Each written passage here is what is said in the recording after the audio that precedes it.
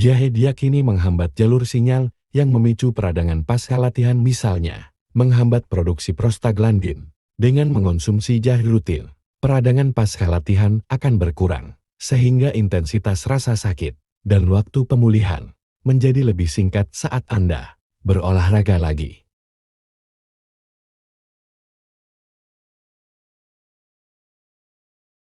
Hai Sobat Mini Kebon, balik lagi nih bareng aku di WD Baby Channel. Channelnya para hobis kebun yang hasilnya mini tapi manfaatnya maksi.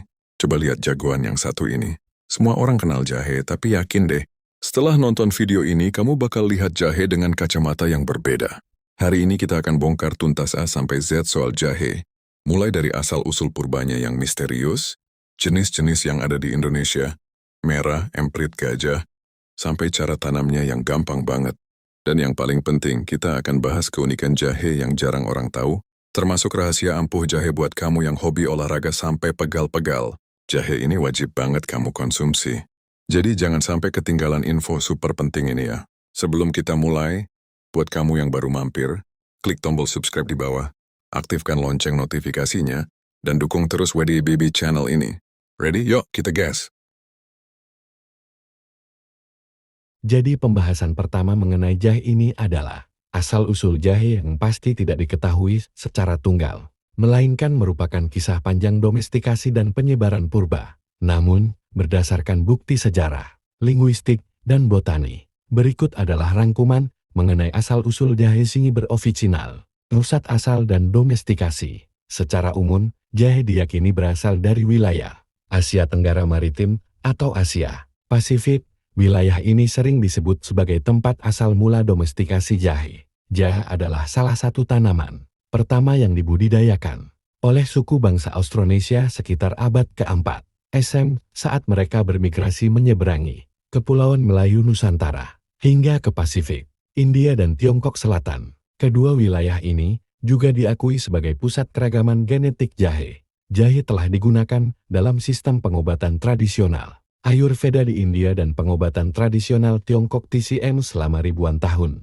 menunjukkan betapa awal tanaman ini dibudidayakan dan diakui khasiatnya. Poin penting, jahe yang kita kenal saat ini singi berorisinal adalah tanaman yang telah didomestikasi dibudidayakan sejak lama. Sangat jarang ditemukan jahe liar yang benar-benar asli. Keragaman genetik jahe liar sering ditemukan di wilayah Myanmar dan India, yang menguatkan dugaan bahwa daerah ini adalah pusat diversitasnya penyebaran jahe ke seluruh dunia. Jahe menjadi salah satu komoditas rempah paling penting di dunia purba. Penyebarannya mengikuti jalur perdagangan yang panjang. 1.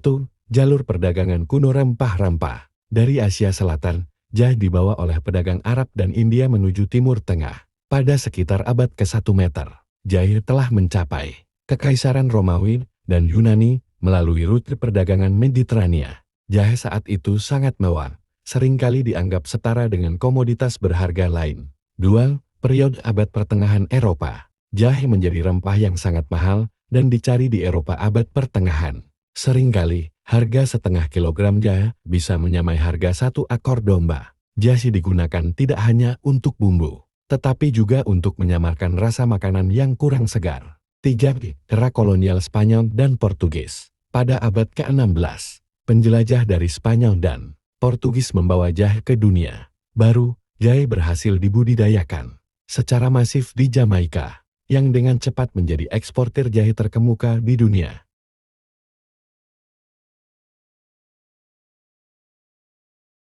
Aspek lain yang menarik, etimologi nama ilmiah jahe, singi berorisinal, berasal dari bahasa Sanskerta, Sringavera, yang berarti berbentuk tanduk merujuk pada bentuk rimpangnya. Kata orisinal dalam bahasa Latin menunjukkan bahwa tanaman ini telah lama diakui kegunaannya dalam pengobatan. Officina adalah sebutan untuk apotek dan ruang penyimpanan obat.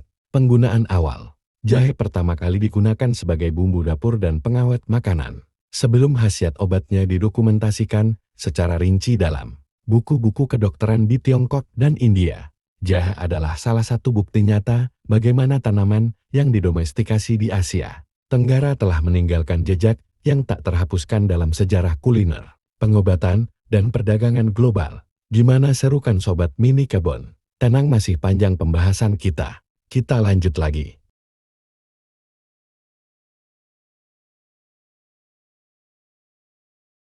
Penjelasan selanjutnya. Mari kita bedah lebih jelas lagi mengenai keunikan jahe yang mungkin belum banyak diketahui. Dengan fokus pada mekanisme kerjanya di dalam tubuh. Keunikan 1.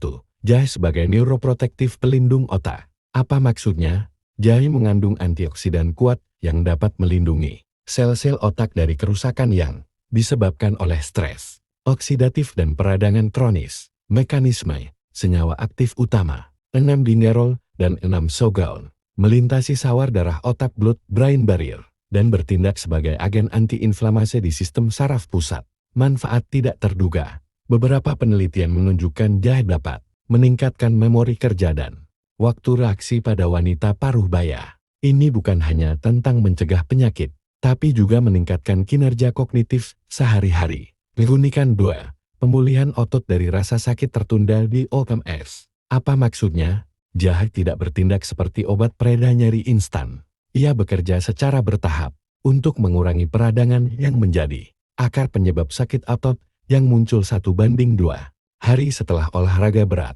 Delayed onset muscle soreness di OMS. Mekanisme. Jahe diyakini menghambat jalur sinyal yang memicu peradangan pasca latihan, misalnya menghambat produksi prostaglandin. Dengan mengonsumsi jahe rutin, peradangan pasca latihan akan berkurang, sehingga intensitas rasa sakit dan waktu pemulihan menjadi lebih singkat saat Anda berolahraga lagi. Bukan mitos. Sebuah meta-analisis menemukan bahwa konsumsi jahe mentah atau yang dipanaskan mengurangi nyeri otot sebesar 25% setelah latihan yang memicu cedera otot. Keunikan 3, efek positif pada metabolisme dan gula darah. Apa maksudnya? Jahe menawarkan manfaat signifikan bagi penderita diabetes tipe 2 atau mereka yang berisiko tinggi. Mekanisme, meningkatkan penyerapan glukosa. Jahe membantu sel otot menyerap glukosa gula tanpa perlu insulin sebanyak biasanya, yang dikenal sebagai peningkatan sensitivitas insulin. Menghambat enzim. Jahe dapat menghambat enzim yang memecah karbohidrat, sehingga pelepasan gula ke dalam darah menjadi lebih lambat dan stabil.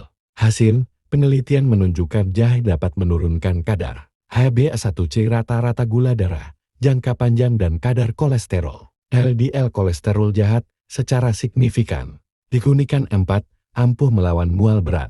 Apa maksudnya? Selain mual biasa, jahe adalah salah satu pengobatan herbal yang paling teruji untuk kondisi mual yang parah dan sulit diatasi. Mekanisme, jahe bekerja langsung pada sistem pencernaan dan saraf. Ia bertindak sebagai agen prokinetik, yang berarti mempercepat pengosongan perut dan membantu makanan bergerak lebih cepat. Senyawa jahe dapat menghambat reseptor serotonin di saluran cerna dan otak. Serotonin sering terlibat dalam pemicuan mual muntah. Aplikasi khusus. Keefektifan ini membuatnya sangat berharga dalam meredakan mual akibat kemoterapi dan hiperemesis gravidarum, mual muntah parah pada kehamilan. Yuk, kita lanjut pembahasan selanjutnya, biar kita sama-sama belajar. Indonesia adalah salah satu rumah bagi keragaman genetik jahe di dunia. Meskipun semuanya adalah Zingiber original, petani dan konsumen membaginya menjadi 3 kelompok besar berdasarkan ukuran rimpan, kandungan minyak atsiri, dan intensitas rasa. Berikut adalah penjelasan mengenai 3 jenis jahe utama yang dikenal di Indonesia. 1. Jahe gajah, jahe badak. Keunikan, merupakan jenis jahe yang paling disukai untuk konsumsi segar karena ukuran rimpangnya yang besar, memudahkan proses pengupasan dan pengolahan. Rasanya yang tidak terlalu pedas membuatnya ideal untuk masakan di mana rasa jahe tidak boleh mendominasi. Contoh produk, asinan, manisan jahe, atau direbus untuk minuman penghangat biasa. 2. Jahe emprit, jahe suntik. Keunikan, jahe ini adalah jalan tengah, rasanya lebih pedas dan tajam dari jahe gajah, menjadikannya pilihan favorit untuk minuman tradisional, seperti wedang jahe. Rimpangnya lebih berserat daripada jahe gajah, namun lebih mudah ditemukan dan harganya relatif stabil. Contoh produk, bumbu masakan harian, wedang jahe bubuk atau instan. 3. Jahe merah, jahe suntik. Keunikan, ini adalah raja jahe dalam hal khasiat obat. Rimpangnya kecil, berserat, dan memiliki kulit kemerahan. Pedasnya luar biasa karena kandungan gingerol dan sogal, senyawa utama yang bertanggung jawab atas rasa pedas dan manfaat kesehatan. Yang paling tinggi di antara ketiganya, fokus obat.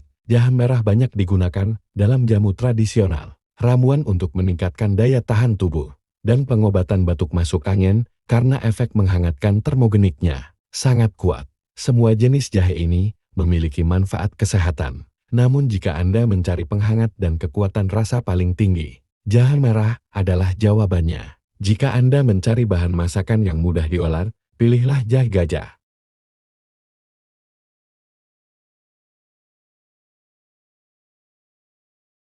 Selanjutnya Anda tertarik untuk menanam jahe sendiri? Menanam jahe di rumah, baik di pot atau polybag, sangat mudah dilakukan dan memberi kepuasan tersendiri saat panen.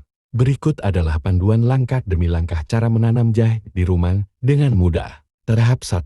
Memilih dan menyiapkan bibit jahe rimpang. Bibit jahe diambil langsung dari rimpang jahe yang Anda beli di pasar. Namun, harus diperhatikan kualitasnya. Pilih rimpang yang baik. Cari rimpang jahe yang tua, minimal 9-10 bulan. Segar, tidak keriput kering, mulus, dan memiliki banyak mata tunas tonjolan kecil di kulit jahe. Perendaman opsional, tapi disarankan. Rendam rimpang jahe dalam air hangat selama semalam. Ini membantu menghilangkan zat penghambat tumbuh yang mungkin ada, terutama jika jahe non-organik, dan memulai proses pertumbuhan tunas. Memotong bibit, potong rimpang jahe menjadi beberapa bagian. Pastikan setiap potongan memiliki minimal 2-3 mata tunas yang sehat. Pengecambahan penyemaian. Letakkan potongan bibit jahe yang sudah dipotong di tempat yang sejuk, kering, dan tidak terkena sinar matahari langsung.